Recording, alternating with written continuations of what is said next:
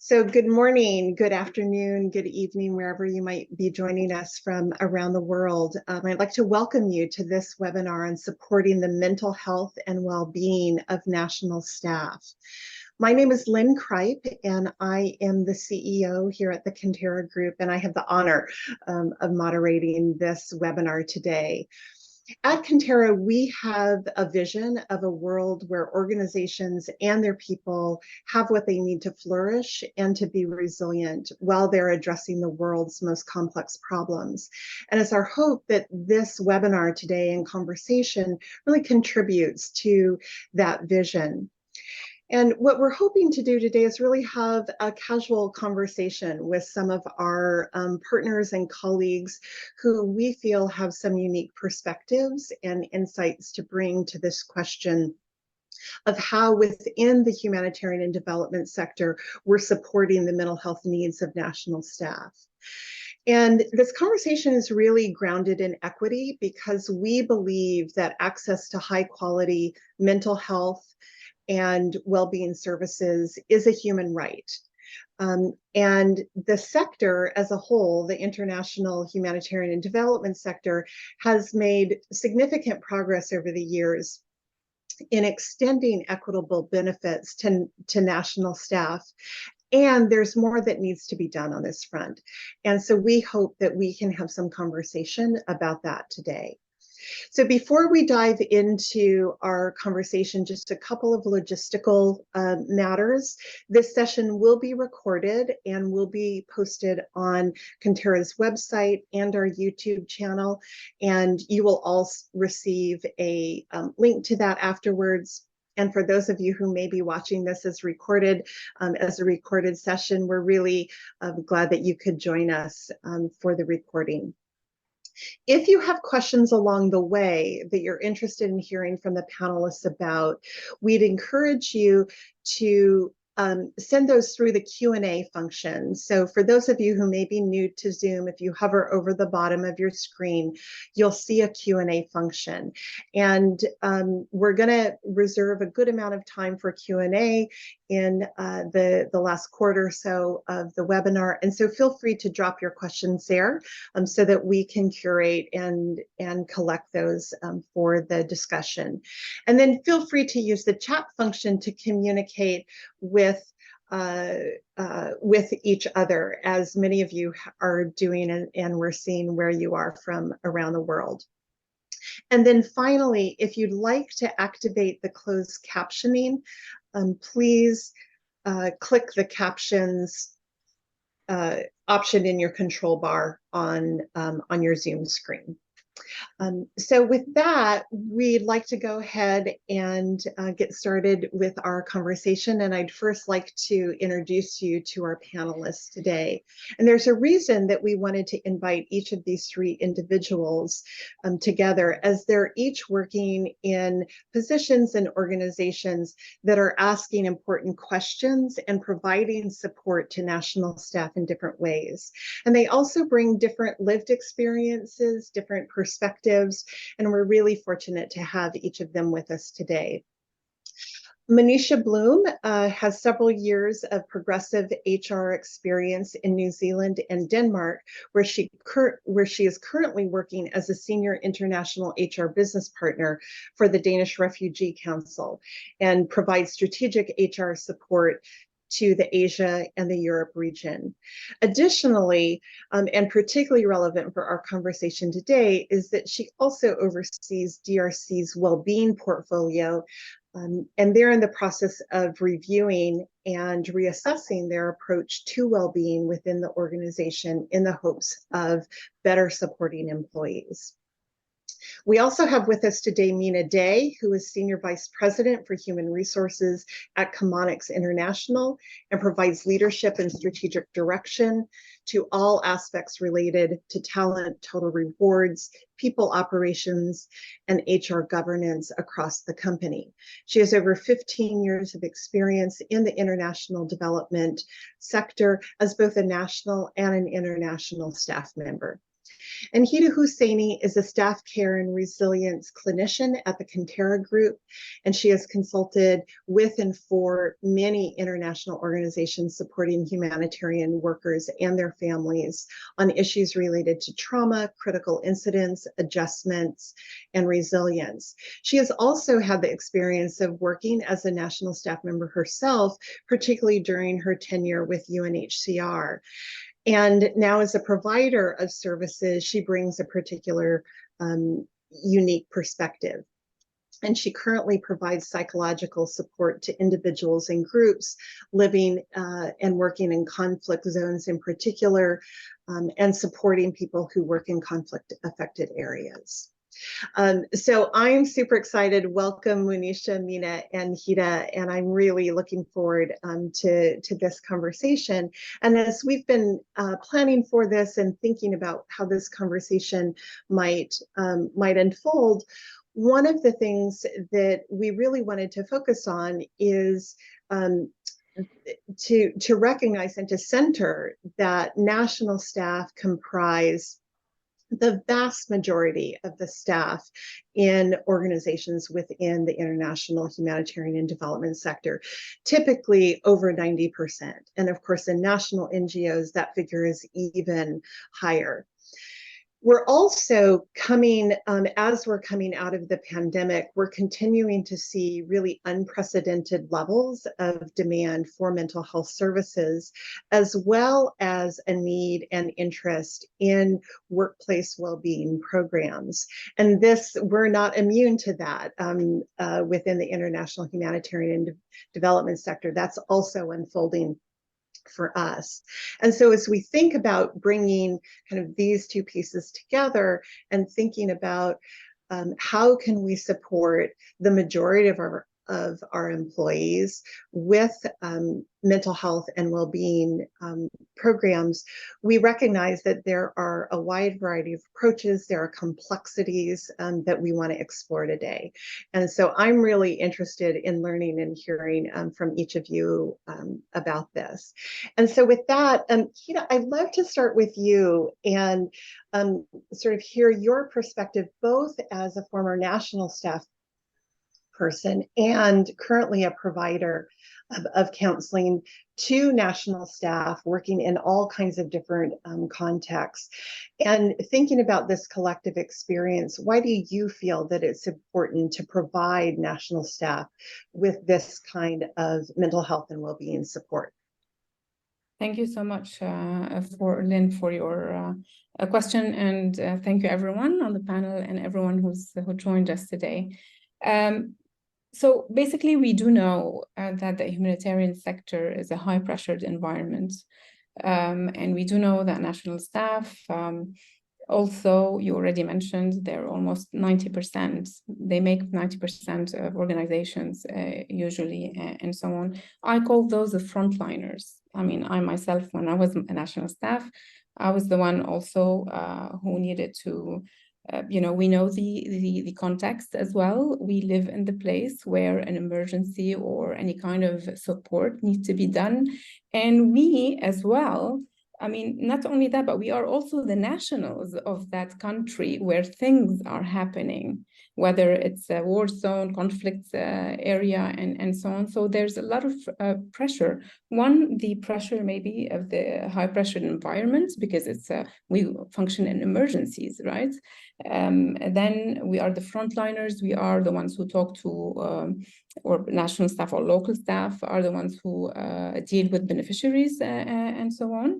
And we're talking a lot also about issues that have to do with, listening to very hard stories all the time, and that affect us as people working in the humanitarian sector, or affect us also as people, nationals of the country where the emergency or the help is being done. So we're talking here about vicarious trauma, sometimes secondary trauma, burnout. We're talking about people dealing with graphic contents and all sorts of things. I would like to only maybe add one more thing. A lot of times we think that local staff often have access to this kind of help or mental health support, and sometimes they don't, because they also work in remote areas. So it's important to think of that as well, especially when we are in the field somewhere as nationals. Also, we don't have the the access to these services, and that's very important for us to think about that as well. Wonderful. Thanks, Hida. And I really appreciate the reflection about that the dual identity for national staff as a responder, as an aid worker, but perhaps also a member of an affected community. And that is a different experience than people who may be coming from different places. So really appreciate that reflection. And Mundisha, I'd love to hear from you, from where you sit within the Danish Refugee Council. And DRC has decided and elected to provide mental health and psychosocial services for all of its staff. And can you tell us a little bit about why DRC has made that decision? Thanks, Lynn, and thanks, Gator. That was a great introduction as well. And I think I can just capitalize on that, because a lot of our thinking around the mental health space and the well-being space has been based on exactly that. We have a large majority of national staff. I think that as organizations and sitting in HQ, sometimes we forget that they live this every day, and they're dealing with people that are their country folk as well, which cannot be very easy for them. So in terms of fostering an inclusive culture, I think it really is important that we treat everyone the same generation, also that the idea of well-being is not just burnout. It comes with so many other things as well. You know, we're trying to look at how we can have people more productive, looking at the retention side of it as well. And also to remember that we work in quite a specialized field. So we need to be able to recruit people that actually can do these roles. They're not just kind of a dime a dozen. So we have to think about how is it that we can best support them to be able to work well for us and to also stay with us. And that has really been the premise of kind of where we've started. Mm. It's so interesting to hear you say that. And I've been working in this sector for over 25 years now. And I can remember early on in my career that there was very much the attitude of, well, if you get burned out, if you're struggling after, after working or because of working in a difficult environment, then maybe this isn't the profession for you. Rather than realizing that these are occupational hazards and the potential physical security risks, the psychological security risks, that this is not about character, it's not about moral failing. If we experience that kind of psychological injury, it really is a hazard of the field. And I'm loving what you're saying about how can we think about these programs and support to our staff as a way to attract high quality people as well as retain them, that it really doesn't serve our larger missions of serving affected communities if we have a lot of turnover, if we're churning through people. Is there anything more that you'd want to add about that piece around how this can help us retain staff? Well, I think that if we can support staff and educate them and be open and transparent to understanding that your personal life impacts your work life, and that we can help you balance that out, then it's really a no-brainer that we should be supporting staff more. And I think also, if we have the option of also not just having external help, but having managers that are well educated in this and are good managers in terms of being open and responsive to people that have issues and challenges that are not particularly work related, but also outside. So I think that finding that balance is really, really important. Yeah. Thanks, Monisha. And Mina, would love to hear your take on this question as well. Why, how is it that Chemonics came to the decision to provide this kind of support to all of their employees, and what has your experience and what have your observations been about that over the years? Yeah, first and foremost, thank you for inviting me. And with this amazing panel, I feel like my contribution can simply be to come after them and say ditto to everything that they've already said. I think that from looking at things from an organizational perspective, it's incredibly important that the decisions that you're making are guided also by your mission and your vision and some of the principles that you have as an organization, because they're also a demonstration of those principles to your staff, and then they can see them in action. So for Chemonics, for example, our mission is to help people live healthier, more productive lives. In addition to that, one of our key values is caring. And so when you combine those things, it only makes sense that the type of support that we provide extends beyond just our partners and the people that we work with in the countries where we operate, but also, and actually maybe primarily starts with our teammates and the staff that we work with. As people have pointed out, the work that we do is hard. Chemonics does not do humanitarian assistance per se, but we work in conflict, post-conflict, and transitional environments in addition to our international development portfolio. And honestly, the challenges of the work that we do are high and immense. And so being able to provide that ongoing support to our staff, not just in a crisis or post-crisis situations, but also on a day-to-day basis is essential, I think. And as a former local staff, I've gone through it myself. I'm from the former Yugoslavia, from Serbia. So I was the one, for example, who was in charge of evacuation plans prior to the airstrikes. Those are the types of things that weigh on you in ways that you're not even aware of. And if you don't have resources to be able to talk through how you're feeling, that can only compound. And in many ways, it is similar to the airplane analogy where, they say cabin pressure goes down, masks pop out, put them on yourselves first. And I think that's an essential piece of a message that we want to send to people.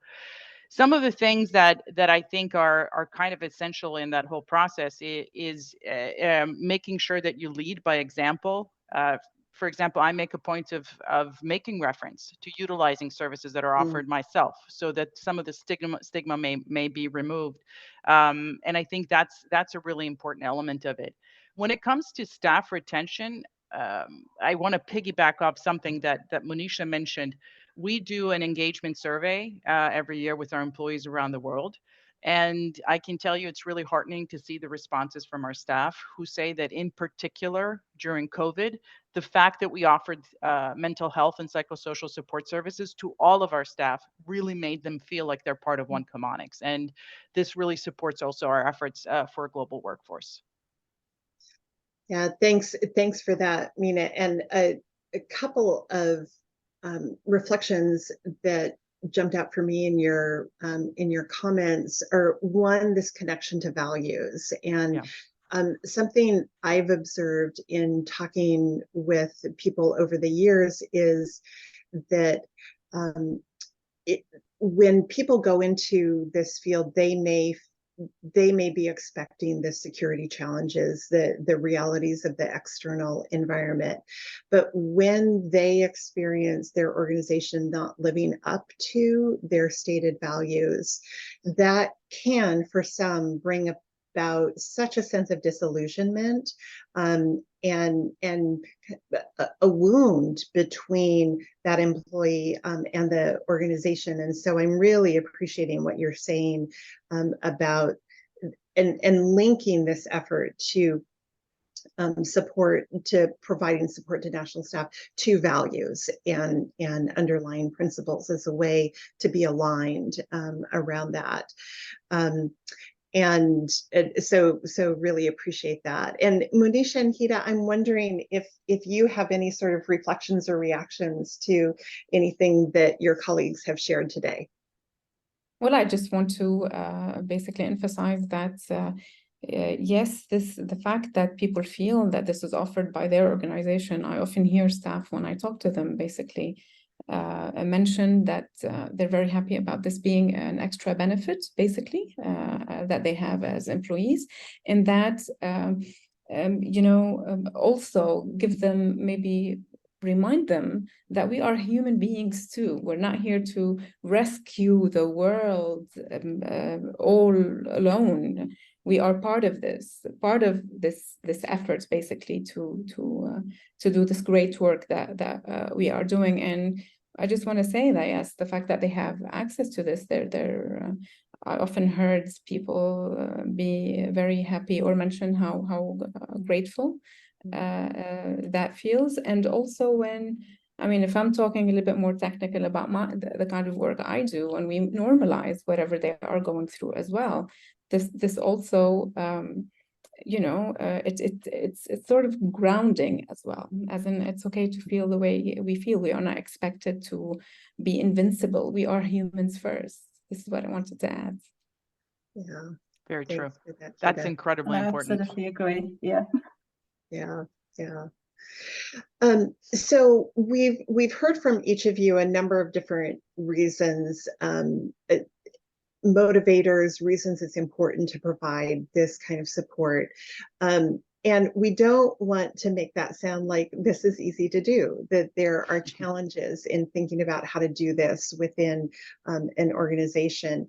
And Mina, I'd love to start with you and sort of the journey that Chemonics has been on over the years. What are some of the challenges that Chemonics has faced that you as a leader within Chemonics have had to navigate in terms of providing these kinds of services to all of your staff? And are there ways that you have been able to overcome or address those challenges?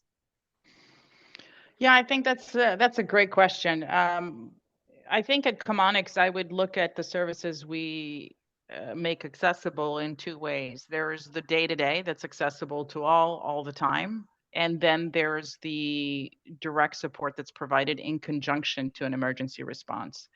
And they are somewhat different, but they complement each other. When it comes to offering the day-to-day services and making sure that people can access these resources, there's a lot, I think, that needs to happen on the promotion of access to the Employee Assistance and Resilience Program platform. That's a mouthful right there. And just making sure that people know where and how to access it. When it comes to maybe specific support that is provided or needed, some of the challenges that we sometimes face are related to finding in-country support, finding therapists and counselors who have the language or the cultural background that allows them to better engage and interact and create rapport with the staff we're calling in. And that's really a cross-cutting, across the board challenge, I think, that we face when it comes to engaging people. I will also tell you that the interesting piece about that is that we're increasingly finding the same issues in the US. I mean, just look at me. I'm from the former Yugoslavia, born and raised there, but my dad was a journalist. We traveled around. I went to American schools. Honestly, the best support I got was from a therapist who was a third culture kid herself. And we were able to interact on a great level because she completely understood the lack of rootedness I personally had.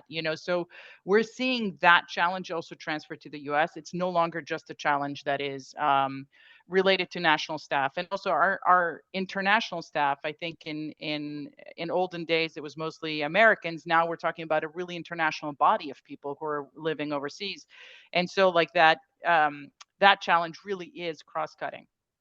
When it comes to a crisis situation, I think all of those challenges are then escalated and elevated to an nth degree, and the speed just increases significantly. And I think what's incredibly important in those situations is that there is a speed of response, and that the resources are timed appropriately. In other words, you can't spend a lot of time trying to find the right person. So you do need to have access to as many options as you possibly can, but you also have to be incredibly mindful of what the teams are going through, because you have to let them lead. We had these experiences both in Afghanistan and Ukraine, just to name the most recent ones, where safety first, right? The last thing people want to talk about is right now their mental health when they're trying to flee for, to safety and make sure that their families are safe. It can almost be counterproductive at times to have those conversations. I think another thing that's incredibly important is understanding cultural norms. And I think for us, Ukraine was a very good example of that. Being from Eastern Europe myself, I kind of understood some of the cultural underpinnings of the Ukrainian staff. And, it was clear to me that an approach where we talk about mental health in maybe some incredibly Western terms would not apply. And I think there is one of those challenges because you don't have a lot of time to respond, but you really have to make sure that you're talking to your local leadership and that you're understanding the needs, because you could completely miss the mark with best intentions. I'll take a break because I do talk a lot, and I'll let others talk too. It's there's a lot of rich nuggets in what you've just shared, Mina, and I want to particularly put a pin in that last point. And so, Hida, I'm just going to give you a heads up that I'd love to hear in a minute from you about that as a provider, that particular piece around stigma reduction, reducing barriers to seeking help, how to talk about these kinds of services in a way that's relevant across cultures. But before we do that, so just want to give you a second to think about that. Monisha, would love to hear from the DRC perspective some of the challenges and steps you've taken to address those challenges as you've sought to provide these kinds of services across your entire employee population. Thanks, Lynn, and thanks, Mina. I think I can echo most of what Mina has said already. We face some of the same challenges in that we find that countries sometimes wait until there's a crisis before realizing they need that help. What we're trying to do is to get them to understand that it's not just about crisis or emergency, it's about every day, as we've said before. And so that whole act of promoting and educating, it takes a lot of work, and it has to be consistent, and making sure that they do know where to find the information they need to be able to access. And I think what has been really important is that we give access confidentially and anonymously as well. So as an organization, we don't need to know what their issue is, or that they're even contacting KonTerra maybe for psychosocial services. It's entirely on them, and it's between them and the counselor. So I think that's been really important. But the challenge that we found, besides the cultural norms also, is getting just countries to buy in general, and get them to get on board with the understanding of what mental health is and what well-being is in general. And I think that, as Mina said earlier, that you're looking at stigmas, cultural stigma as well, is that sometimes, as I mentioned earlier, you're looking after country folk, and there's this guilt that you're kind of doing okay, and you're looking after somebody who's not doing okay, and you should be in that same position. And we found that a lot when we were working with Ukraine, that the culture in Ukraine is that you do not complain. So the situation you're in shouldn't be any worse than the next person's situation. So trying to change that perception that if you need it, it is there, and it doesn't have to be something that you feel guilty about. So that's been a huge challenge for us. One of the things that we have implemented at DRC a couple of years ago is in our minimum standards, we made it a priority and a mandate that countries have to find a provider for psychosocial services. And I think that in itself has helped a long way in getting people to actually use it. And, earlier we're talking about the engagement survey. Our feedback has also been amazing, and it is heartening that we can see that usage going up and people are starting to talk about it. So I think we're getting there, but we've still got a ways to go. Yeah, thanks so much for that, Manisha. Also, a lot of really good nuggets in what you're saying, and I know that at both Chemonics and and DRC, the utilization, the way that national staff are using and the levels at which national staff are accessing support and services has been surprising in a pleasant way to all of us, and that brings with it its own set of challenges. So clearly, you all have learned some things about how to talk about this. Mina, your reflection earlier about how important it is for you as a leader to talk about how you have accessed services to normalize it and create that permission structure to acknowledge that this is a part of being human. This is a part of doing work in this sector. And just as we wear a seatbelt, there are, when we're in a car, there are these services that help keep us safe from a psychological perspective. And I think I just want to add to that. I think that mental health, and I don't come from this background. I come from the program implementation side and then stepped into this role. So I have a lot of respect for both Monisha and Gita, just from their expertise perspective. So my approach also in explaining things to people is maybe a little bit more layperson's experience, I guess one would say, because one of the things that I've realized that we sometimes have to explain to people the mental health, resilience, psychosocial support, right? They're different things, and I think when you're from some of these cultures where this is not a common conversation that you have, where I'm from, mental health is like, oh, I'm going to go grab coffee and smoke a cigarette with some friends, right? That's how people deal with things. When I talk to someone, to a therapist, and they talk about my trauma, I actually have to prep them in the beginning and say, you can't refer to trauma, because trauma to me is like, you get beat up as a kid, you experience sexual harassment, those kinds of things. Those are traumatic. This was just my life. And so being able to break down to people and say, if you're having a hard time at work, that is also something you can call about, so that they understand it's not just mental health as a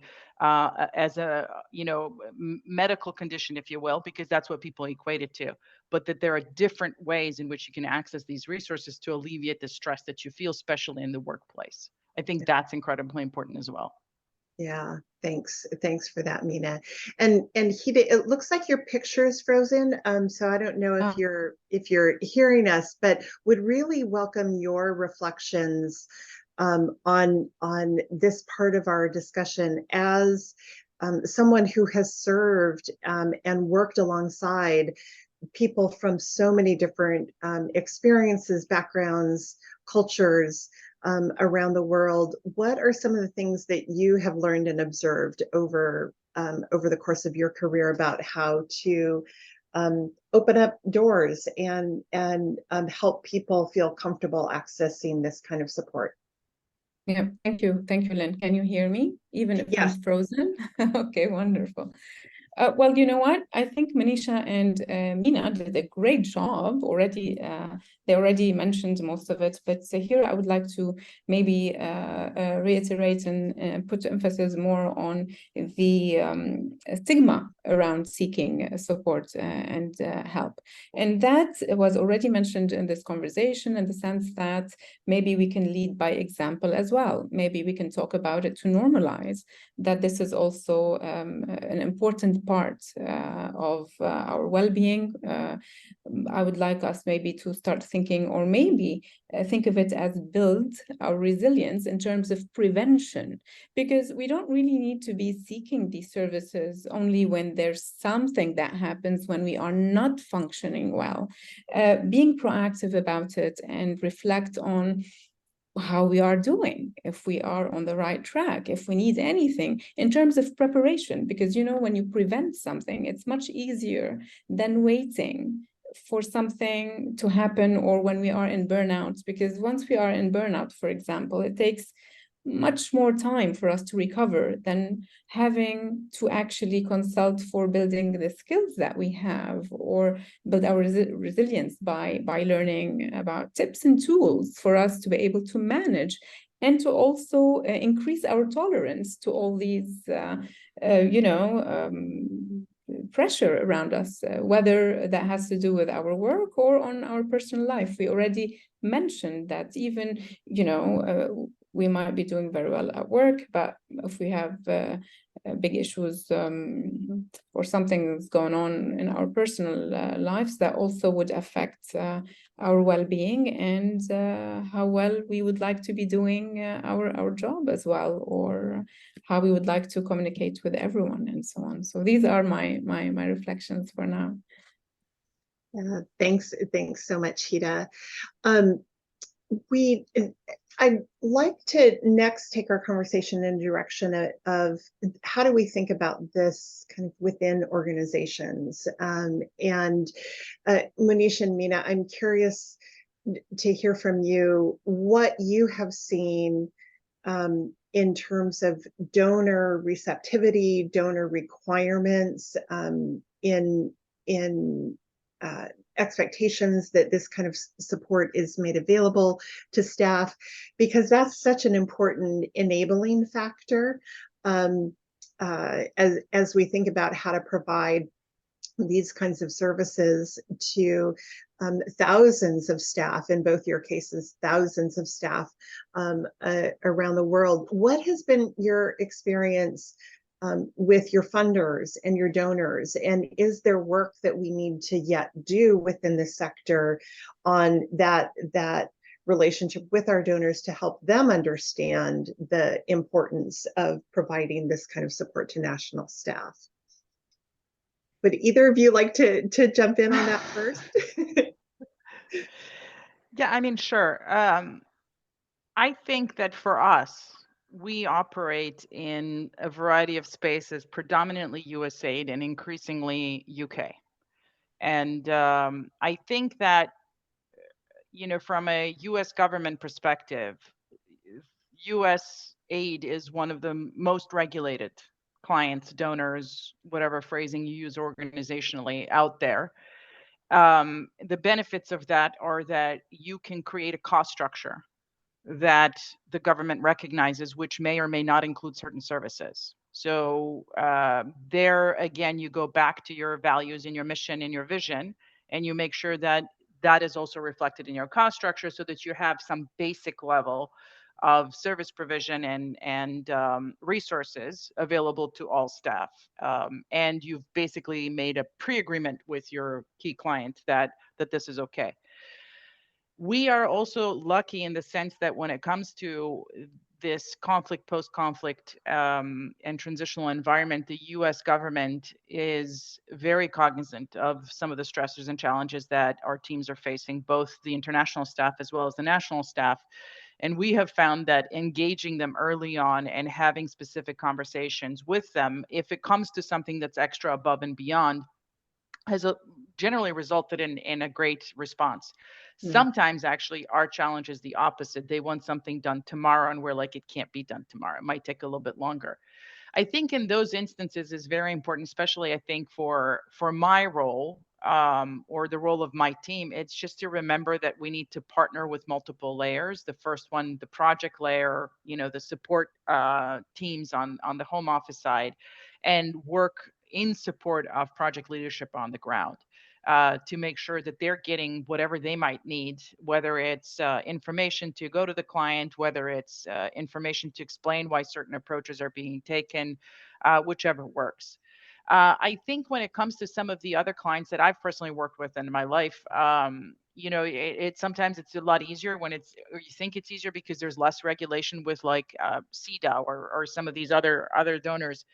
But actually sometimes it becomes the opposite because it's almost like people want everything, but they're not entirely sure they want to carry the cost. And I think that we have crossed the Rubicon when it comes to the importance of mental health and psychosocial support, in the sense that it's really not as questioned as it used to be in the past. So I do hope that there are strides being made there. I think when it comes from that UK perspective, without like really deep knowledge of that market, but I do feel like that client in particular is in some areas incredibly thoughtful, and that this is a consideration that they keep in mind. So I think it's really about just continuing that conversation, and wherever possible, making sure that your specific cost structure aligns with your values so that you can provide a basic set of services, your minimum standard, if you will. Yeah. And Mina, I love how you keep bringing us back to values, right? That the reason that we care about this is linked to our values. On the face of it, we may not always think about budgets as reflecting values, but something I'm hearing you say is that our budgets reflect our values as well. Oh, yeah. And if we're really committed to the well-being of our staff, our budgets reflect that. And that gives us a platform and a foundation to have some conversation with our funders around that. So I love how you are just bringing us back over and over again to values. Thank you. Yeah.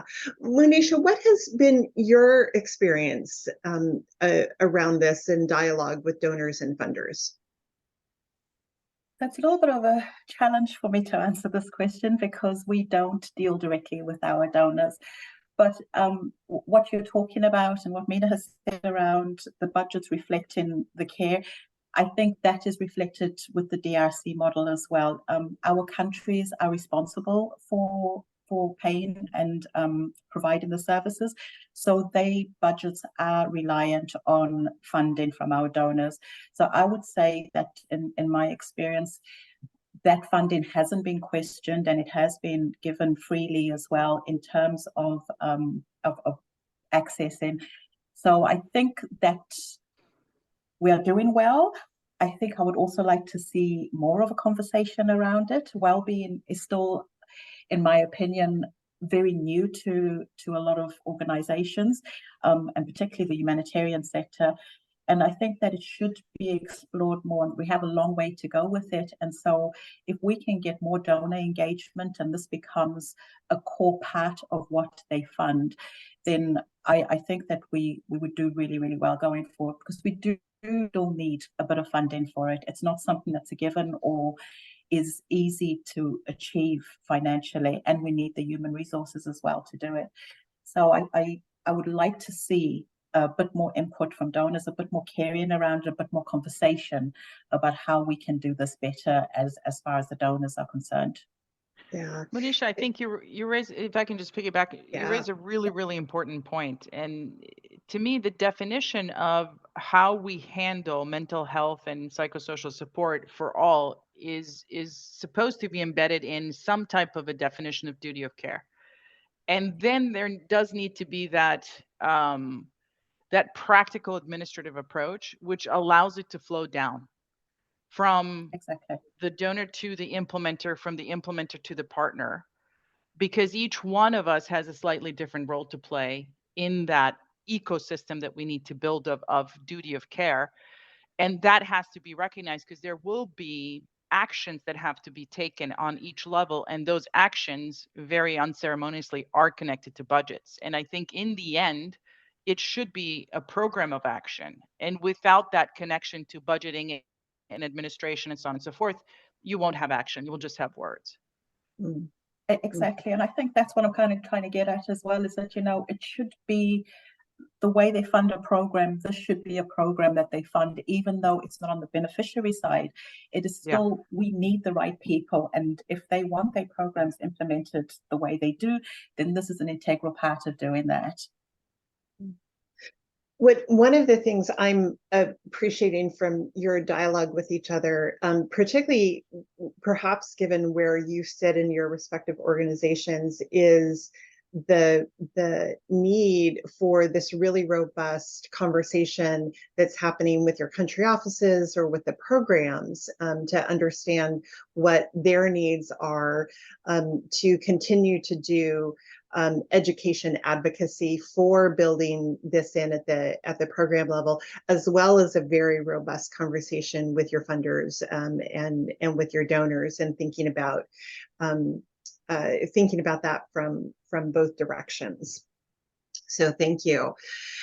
We do have some questions coming in, and we want to be sure that we have some time for all the questions from those of you who have joined us today. And one I'd like to start with is, somebody is wondering if Chemonics or DRC have also considered psychosocial support, and mental health for refugee incentive workers or volunteers who often cannot be hired as staff, but are a huge percentage of, in many locations, of the humanitarian workforce. And our services and support also extended to this group are the conversations about meeting their unique needs as members of the affected community. I can answer on behalf of DRC. We do offer it to volunteers and incentive workers. So we basically, even though they can't be employed, we do treat them in the same vein. So we do offer the services to them as well. And we think that it is important because they're still doing the same work as a national would do. And we think that it's important that they are covered and have the support that they need as well. So yes, definitely. Great, thanks, Nisha. Yeah, for Chemonics, again, we don't quite work in the humanitarian assistance space, but we have had situations in conflict and post-conflict environments where we are working with the donor to very rapidly develop new programming that reflects the new and evolving situation. So maybe you have a vehicle that's more of a development program, but then, such as in the case of Ukraine, war breaks out, and then you're working collaboratively with your donors and your teams and leadership to make some of those adjustments and build out portions of those programs within the scope that they have, but to more narrowly allow you to respond to this evolving situation. In those instances, then we do make a concerted effort to make sure that the appropriate mental health and psychosocial support is included. And some of these topics are tough and difficult, and they might include things like, response to gender-based violence and things like that are unfortunately things that occur in conflict environments. So that's kind of how we approach it. We do tend to focus through our standard platform on our employees, and then specific situations might require specific programming that is then discussed with the donor. Great, thanks, Mina. We have another question, which I'm really eager to hear all three of your thoughts about. Somebody who is thanking each of you for highlighting key aspects of how to reduce barriers and make this assistance accessible to global staff around the world. And this person would like to hear perspectives about how we can promote support to our LGBTQIA+ colleagues through these services who may be afraid to discuss personal challenges based on their identities. Such an important question. And I would imagine that each of you has some thoughts about this. So I don't know who would like to jump in first.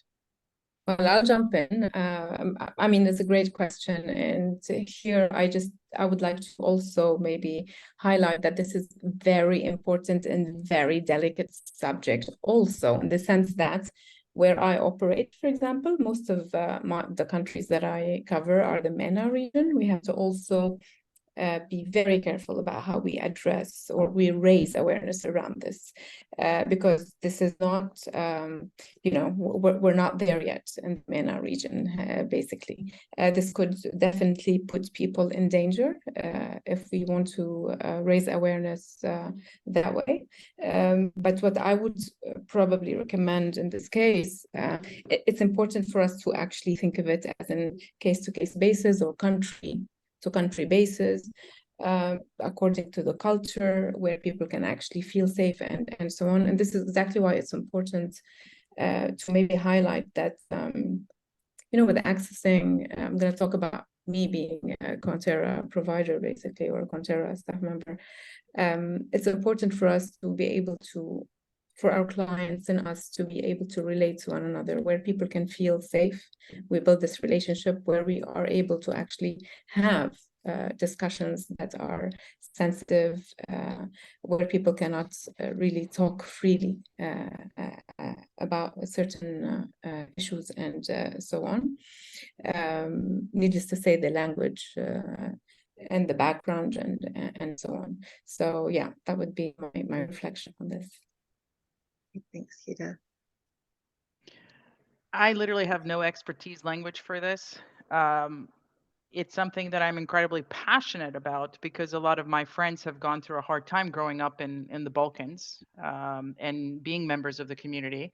And I would say appreciate what you said, Hida, but even, where I'm from, which is, technically Europe, like people can't organize Pride because of fear of severe violence. I actually, through luckily not huge mistakes, but through learning myself, know that I really have to think through three things. First is that in a professional setting, right? First is that duty of care. The second one is do no harm. And those kind of like intertwine, because you need to know what as a company you can or cannot do. And you need to also think through that some even advice that you're offering on a human level may actually not be appropriate and put that person in a more difficult position. And that's like where the third one is the underpinning, where you have to remember that you can't have the Western savior mode, because it's just not, it's not the best way to go forward. I think the most important thing here, though, when it comes to supporting the LGBTQIA community, really is making sure that as a company, you're again demonstrating those values. We have, for example, a series, 6 or 7 employee resource groups. One of them is Chem Pride. We like to commoditize everything, so it's Chem Pride. But and making sure that that is visible and forefront. We celebrate any external recognition and benchmarking we get so that people feel safe. And then something Monisha, I think, said is incredibly important. People need to know that if they do reach out, it's confidential. And so that's something that we keep reiterating. But it is a very nuanced and difficult conversation. When I was, a chief of party in Jordan, some of these topics came up, and you kind of find yourself in a spot where you have to be really careful how you navigate this, so you don't put a person in a difficult position, but also you have a team that you have to lead. It's challenging, I think. The fact that the donors are starting to talk more about it, support programming directly to address some of these issues, I think is incredibly important, and hopefully will continue. Great, thanks, Mina. Monisha, anything to add on this question? Yeah, I don't think I really have much more than that. We've been dealing with it on a case-by-case basis. As I said earlier as well, we're looking at how we better support, and this is one of the areas we are looking at. We're starting a project called Project Care, and we're looking at that as part of our diversity and inclusion program and initiative. And in that, we are looking at how do we have those conversations, how do we address them. And as Gita said, really good advice is that we do it with delicacy, confidentiality, and with care. I think the duty of care is what's most important. I've recently had to deal with a case that involves a same-sex couple, and it's had a good outcome because we do have people in place already that value that and know how to deal with it. So they have a manager that they were able to talk to, and then it came through to me as the wellbeing focus. And this person was so grateful for the way she was treated. So I think that it is important that we do it with an open mind and without judgment. Totally. Maybe I can also add to that many times when clients approach us for something in particular, let's say we're talking about personal stress, then we find ourselves supporting them with regards to issues related to LGBTQIA. Yeah? So it doesn't have to be this or that, because of course, our clients also, once they feel that they bonded once they built the relationship and they feel safe, this is when they open up and actually discuss issues that are sensitive in this region in particular, basically. Wonderful. Thank you all for your reflections and experience on that really important question. And thank you to the participant who brought that forward. We've had a collection of questions related to modalities. So I'm going to try to bring a couple of questions into one, and this will probably be our last set of questions for today. But we've had several questions about are we, as we're thinking about supporting national staff, are we only thinking about individual one-to-one counseling? Are there other kinds of modalities, approaches that are appropriate, may even be more welcome? Are there opportunities to incorporate Indigenous practices into the support that's provided to national staff? And we've also had a specific question about EMDR and that as a modality in working with national staff. And Hida, maybe I'll start with you as a clinician and a provider. Yes, thank you, Lynn, and that's a great question. Of course, the services offered does not only relate to individual counseling, and there are plenty of things where we need to intervene, like in crisis management or critical incidents, basically. We offer also group support. Sometimes we think that the best modality or approach is a group setting. It depends on the presenting issue, basically, or it depends on what we are tackling and so on. With regards to EMDR, yes, some of our clinicians work with EMDR, and that is practice that they could also do online, because this is feasible as well. I just want to say that the clinicians and my colleagues basically come from different backgrounds and different modalities and different expertise. And allow me to say, this is what's great about KonTerra, basically, in the sense that people are matched depending on with the counselor, depending on the needs presented or the presenting issue, basically. So it's not always the same person who's offering the same kind of services. It really depends on what is needed and the expertise of the person, and what is needed, or even what the client's preferences are. Since we were just talking about building the safety for people to be able to take advantage and make the best out of the sessions in question, or the support that is offered. Great, thanks, Hida. Mina and Manisha, maybe just do you have any reflections from sort of a program design, or as you're thinking about what you want to provide to your staff, any reflections on this question about how do we think of the menu of services that are available? I think from a DRC perspective, and what I would like to see is that we do have maybe internal staff that can be approached, that are trained and have the experience to support the local staff as well in these cases. We do use group settings as well, as Gita alluded to, and we try and look at it as a case-by-case basis as well, and then provide a service that's the best way possible. Again, we haven't had a lot of reason to do it, but we're also learning as we go along. So as they're coming up, we're starting to take that on and learn how to do it. So, you know, thinking about cultural context and the situation as well.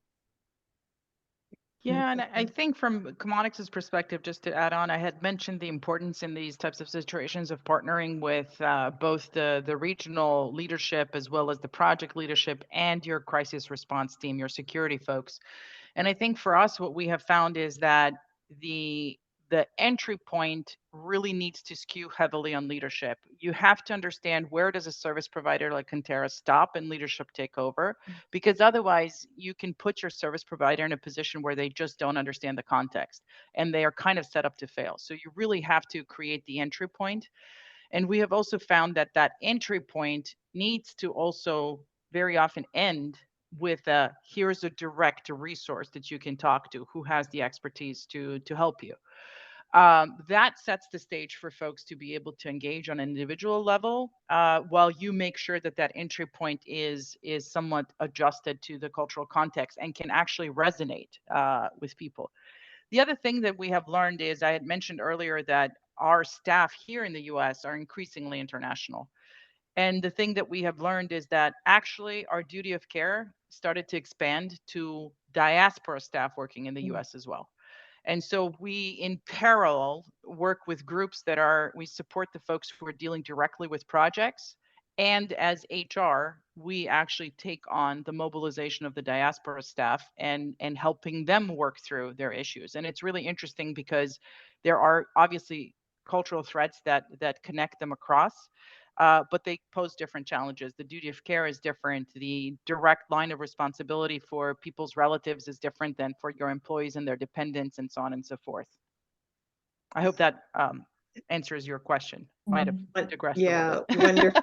Wonderful. Thank you all so much. And we're right at the top of the hour. And even though I feel like this conversation, we could go on for quite some time, we do want to be respectful of people's time. And Monisha, Mina, and Hida, I really want to thank you for joining us in this conversation today. Thank you for the great interaction in the chat, participants. There were a couple of questions about whether KonTerra is looking for clinicians. We always are. Feel free to go to our website at konterragroup.net and our careers page if you're interested in learning more about that. We'd love to talk to you. We will be posting this on our social media channels and our YouTube channel. And so thank you again to everybody for joining us today, and look forward to continuing this conversation in different ways and in different venues and in different fora as we go forward. So Monisha, Hida, and Mina, thank you again so much. Learned a lot from each of you today. And take care, everybody. Thank you for having us. Thank you. Thanks for inviting me. Thanks. Perfect. Thank you.